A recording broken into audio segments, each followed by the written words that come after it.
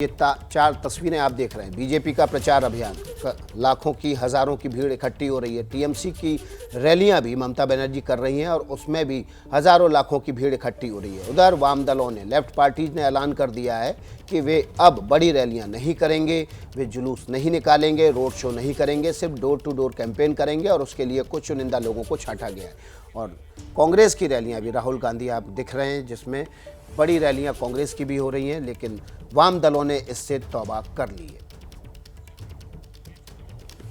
इस बड़ी खबर पर हमारे साथ तमाम मेहमान भी जुड़ेंगे जिनसे हम बात करेंगे और उनकी राय भी समझेंगे, उनकी पार्टी का रुख अब क्या होगा, क्योंकि देखिए खतरे की घंटी बज चुकी है। कैंडिडेट की कोरोना की वजह से मौत हो गई है। हमारे साथ सौरभ सिकदर है, बीजेपी के प्रवक्ता फुआद हलीम है, नेता सीपीएम, और इसके अलावा शाकिर अली नेता टीएमसी हैं, और समीर आलम कांग्रेस के प्रवक्ता हैं।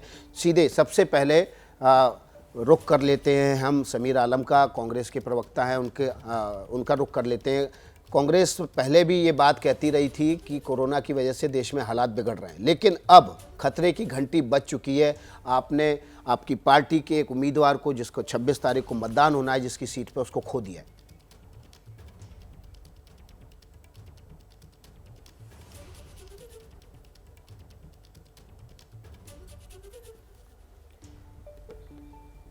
समीर आलम, आपको मेरी आवाज़ मिल रही है? समीर आलम से लगता है संपर्क नहीं हो पा रहा है। शायद फिर हम चलते हैं फुआद हलीम के पास। सीपीएम के नेता हमारे साथ जुड़े हुए हैं, और सीपीएम वो पार्टी जिसने सबसे पहले ऐलान कर दिया कि अब वो बड़ी रैलियां और जुलूस नहीं करेगी। फुआद हलीम साहब, आपका जो निर्णय, आपकी पार्टी का निर्णय है, वो स्वागत योग्य है। फुआद हलीम साहब को भी लगता है आवाज़ नहीं मिल रही है। फुआद हलीम साहब, आपको मेरी आवाज़ मिल रही है? फुआद हलीम से भी हमारा संपर्क नहीं हो पा रहा है। शाकिर अली टीएमसी के नेता हमारे साथ जुड़े हैं, उनका रुख कर लेते हैं। शाकिर अली साहब, आपको आवाज़ मिल रही है?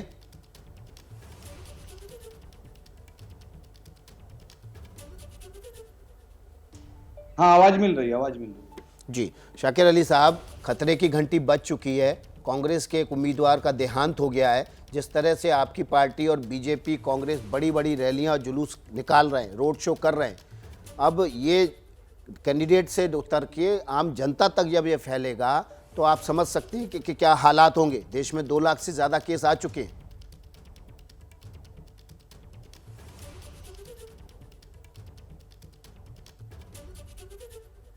विकास जी, इसमें नई बात नहीं है, लेकिन देखिए ये तो होना ही था कि मैं ये जो कोरोना का जो केस बढ़ रहा है और इसके लिए जो है पहले से अलर्ट भी जारी किया जा चुका था।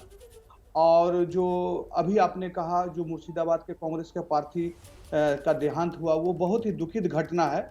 लेकिन इसके साथ साथ हम लोग को ये भी काउंट करना पड़ेगा कि कितने साधारण नागरिक जो है मरे हैं और मर रहे हैं। उनको भी मैं श्रद्धांजलि दे रहा हूँ, क्योंकि ये भी बहुत बड़ी दुखित बात है। देखिए, कोई भी नियम पालन नहीं कर रहा है।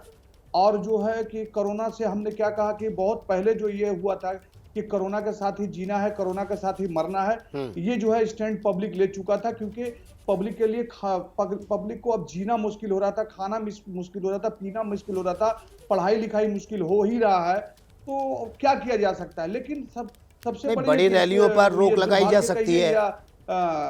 ये कहिए कि चुनाव का भी समय बंगाल में इसी वक्त आ गया, तो एकदम बड़ी रैलियों पर रोक लगाई जा सकती है। लेकिन मैं चुनाव कमीशन को आपके माध्यम से कहना चाहता हूं कि ये जो चुनाव जो है होने वाला, बाकी जो 4 चरण का है, 17 अप्रैल का चुनाव करा ले, कोई दिक्कत नहीं है। लेकिन बाकी 3 चरण का जो चुनाव है, उस चुनाव को कम से कम 1 चरण में करके इमीडिएट खत्म करे। 1 चरण में हो जाने से क्या होगा कि उसके बाद पार्टी का आपके ऑफिशियल स्टैंड होगा चुनाव आयोग की बैठक में।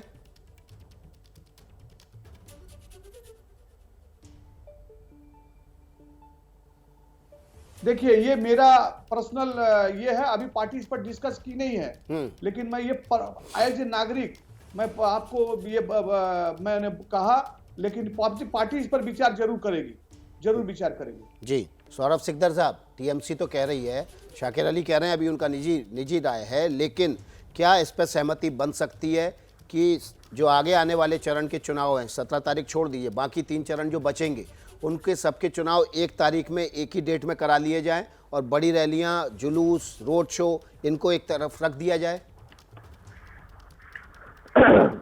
सबसे पहले तो आज बांग्ला नववर्ष है। जी, सबको आपको भी बहुत बांग्ला बहुत नव मुबारक। बांग्ला नववर्ष का सबको शुभेच्छा जनाता हूँ। और जो उम्मीदवार का कोरोना के लिए डेथ हो गया कांग्रेस पार्टी का, हम उसमें भी अपना दुख जाहिर कर रहा हूँ। देखिए, वोट गणतंत्र के सबसे बड़ा उत्सव है, लेकिन जिंदगी से ज्यादा कुछ भी वैल्यू नहीं है। लोगों के जान से ज्यादा कोई भी उत्सव नहीं हो सकता है। तो ये फैसला निर्वाचन आयोग को लेना है, और निर्वाचन आयोग जो फैसला लेगा हम लोग उसके साथ हैं। वहां पे देखिए सारे पार्टी का प्रतिनिधि रहेगा, और सहमत में वहां पे जो दादा कम से कम आज तो बहस मत कीजिए। एक तो सुबह सुबह एक इतना बुरा खबर आया है कि हमारे ही बंगाल के एक उम्मीदवार कोरोना के लिए उसको जान गंवा दिया है। हम सबको इसको एक साथ बात करके इसका सलूशन निकालना है। आज मेरे ख्याल से लड़ने का समय नहीं है, क्योंकि कोरोना एक ऐसा बीमारी है जो भगवान ना करे आपको भी हो सकता है, मेरे को भी हो सकता है, किसी को भी हो सकता है। हम सबको इससे बच के रहना है। तो निर्वाचन आयोग, क्योंकि अभी इसका फैसला सौरभ सिकदर साहब, निर्वाचन आयोग को आपकी लेना है। पार्टी का निर्वाचन आयोग के साथ जब बैठक होगी, क्या स्टैंड होगा? नहीं, निर्वाचन आयोग के साथ हमारे पार्टी का जो बैठक होगा वो लोक हित में जो भी फैसला होगा, तो आप वो इस बात के लिए हम तैयार उसके हैं? साथ आपकी चलेंगे। पार्टी तैयार है कि बाकी 17 तारीख के बाद अगर- बाकी चरणों के चुनाव एक साथ करा लिए जाएं? अगर निर्वाचन चुनाव आयोग अगर इसको तैयार करते हैं तो हम जरूर तैयार हैं।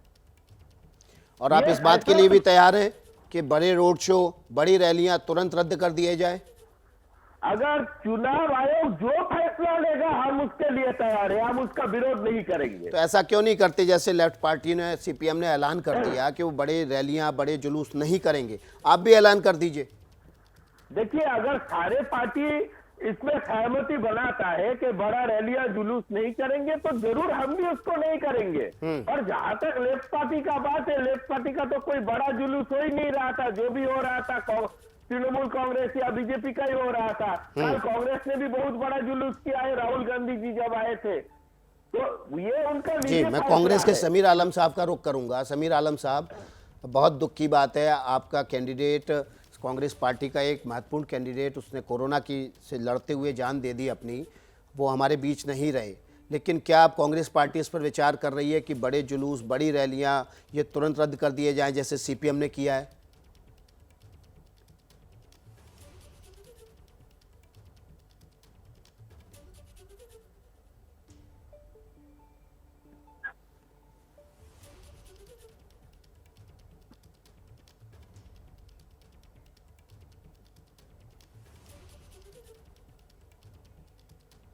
समीर आलम साहब से लगता है संपर्क नहीं हो पा रहा, हमारी आवाज़ उन तक नहीं पहुंच रही है। हम फुआद हलीम साहब का रुख कर लेते हैं, सीपीएम के नेता हमारे साथ जुड़े हुए हैं। फुआद हलीम साहब, आपको आवाज़ मिल रही है मेरी?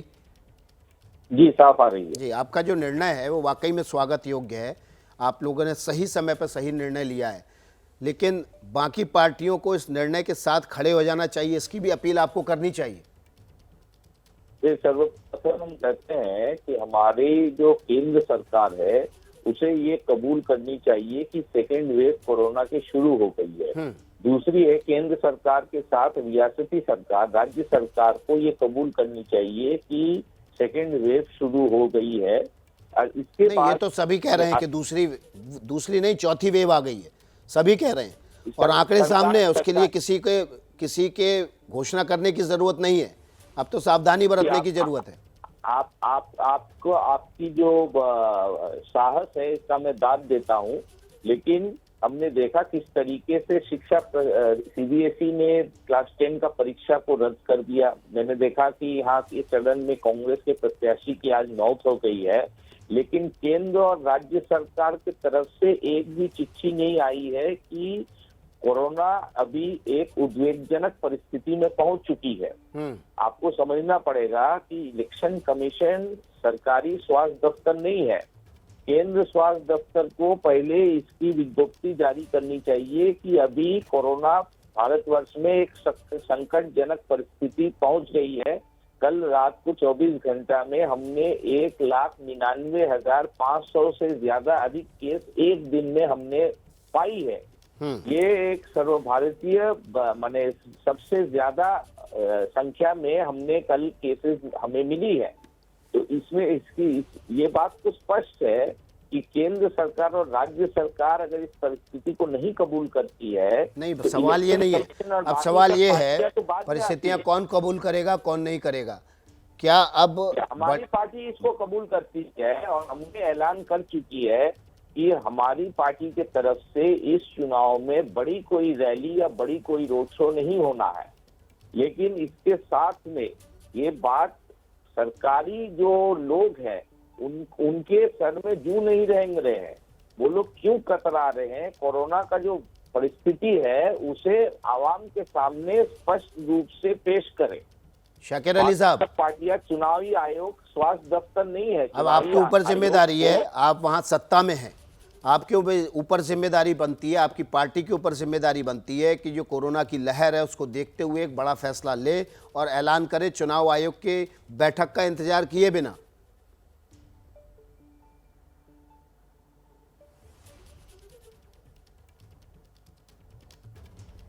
विकास जी, ये टोटल लॉ एंड ऑर्डर जो है ये अभी चुनाव कमीशन के हाथ में है और इसी कारण से चुनाव कमीशन ने देखिए ऑल पार्टी मीटिंग भी परसों दिन बुलाया है।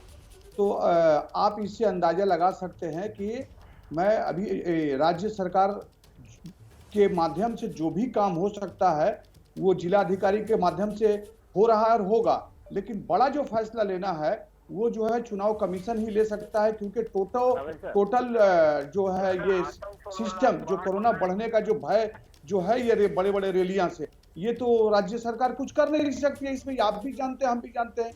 और जो मैंने जो कहा कि तुरंत चुनाव को जो है एक चरण में करा के कर दिया जाए, क्योंकि ये बहुत ही सोचने वाली बात है कि आने वाले दिन ऐसा हो कि कोरोना से ज्यादा जो है सीआरपीएफ के गोली से लोग मारा जाए बंगाल में, क्योंकि आप ये भी देख रहे हैं कि जो शीतलकुटी में 5 लोग मारे गए। तो इस दोनों तरफ का ध्यान रखना पड़ेगा, क्योंकि और बाकी 4 फेज का चुनाव जो है वो भी बहुत कड़ाकड़ी चुनाव होगा। और दिल्ली ये जो भारतीय जनता पार्टी के बड़े बड़े नेता है वो बोल रहे हैं कि 4 की जगह 8 मारो और भी शीतलकुटी करेंगे। तो जी शाकिर अली साहब, आप बड़ी बात कह रहे हैं, भले ही आपका ये निजी बयान हो, लेकिन इस बयान को तरजीह आपकी पार्टी को ज़रूर देनी चाहिए कि बाकी बचे हुए चरणों के जो चुनाव हैं वो सब एक साथ करा लिए जाएं, ताकि कोरोना की महामारी का स्प्रेड ना हो, बड़ी रैलियां ना हो, बड़े जुलूस ना निकाले जाए, लोगों की भीड़ इकट्ठी ना हो, और जल्द से जल्द इस पर रोक लगाने के लिए ये भी बहुत ज़रूरी है। सभी का बहुत बहुत शुक्रिया, हमारे साथ तमाम मेहमान जुड़े हुए थे। न पाबंदी हो न कोई हद हो तो बस खुद बनाई सरहद हो। ये मुहिम है परतों में छिपे हर सच की तलाश की, सियासत पर रखी पैनी नजर और आंख की, खबरों की दुनिया में एक जिम्मेदार आवाज की, जुर्म और जुल्म के खिलाफ हर बेबस के लिए इंसाफ की। जब कोई हद नहीं इंसानियत के लिए जज्बात की, जब कोई हद नहीं खुशियों और ख्वाब की, तब कोई हद क्यों हो नए नजरिए और बदलाव की।